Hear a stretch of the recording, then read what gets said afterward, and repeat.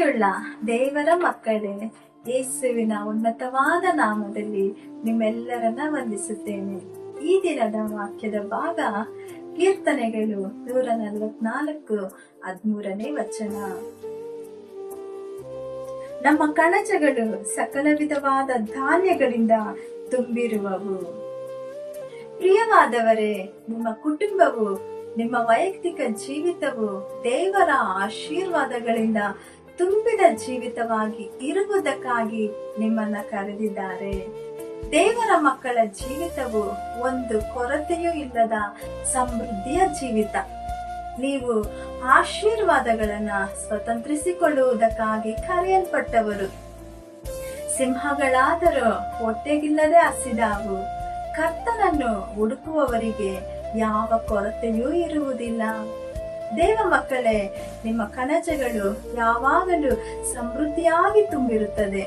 ನಿಮ್ಮ ತೊಟ್ಟಿಗಳಲ್ಲಿ ದ್ರಾಕ್ಷಾರಸವು ತುಂಬಿ ತುಳುಕುತ್ತದೆ. ಯಾಕೆಂದರೆ ನೀವು ಕರ್ತನ ಆಲಯದಲ್ಲಿ ನೆಡಲ್ಪಟ್ಟು ಸುಂದರವಾಗಿ ವೃದ್ಧಿಯಾಗಿದ್ದೀರಿ.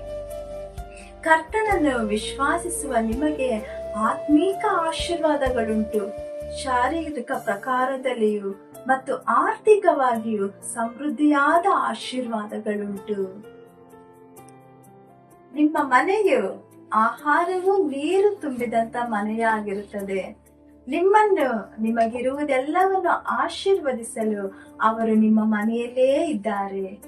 ಓಬೇದ್ ಎದೋಮನನ್ನು ಆಶೀರ್ವದಿಸಿದವರು ನಿಮ್ಮನ್ನು ಕೂಡ ಆಶೀರ್ವದಿಸುವರು. ಪರಲೋಕದ ಮತ್ತು ಭೂಲೋಕದ ಆಶೀರ್ವಾದಗಳು ನಿಮಗೆ ಕೊಡಲ್ಪಟ್ಟಿದೆ.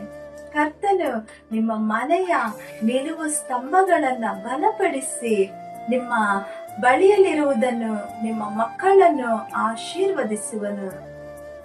ನಿಮ್ಮ ಪ್ರಾಂತ್ಯಗಳನ್ನು ಸಮಾಧಾನಕರವಾಗಿ ಮಾಡಿ ಉಚಿತವಾದ ಗೋಧಿಯಿಂದ ನಿಮ್ಮನ್ನ ತೃಪ್ತಿಪಡಿಸುವನು. ಯೇಸು ಕ್ರಿಸ್ತನ ಮೂಲಕ ನಿಮ್ಮ ಮನೆಯು ಒಂದು ಏದೇನ್ ತೋಟದ ಹಾಗೆ ಸಮೃದ್ಧಿಯಾಗಿರುತ್ತದೆ. ನೀವು ಎಲ್ಲಾ ರೀತಿಯಲ್ಲಿಯೂ ಸುಖಕರವಾಗಿ ಬಾಳುವಿರಿ.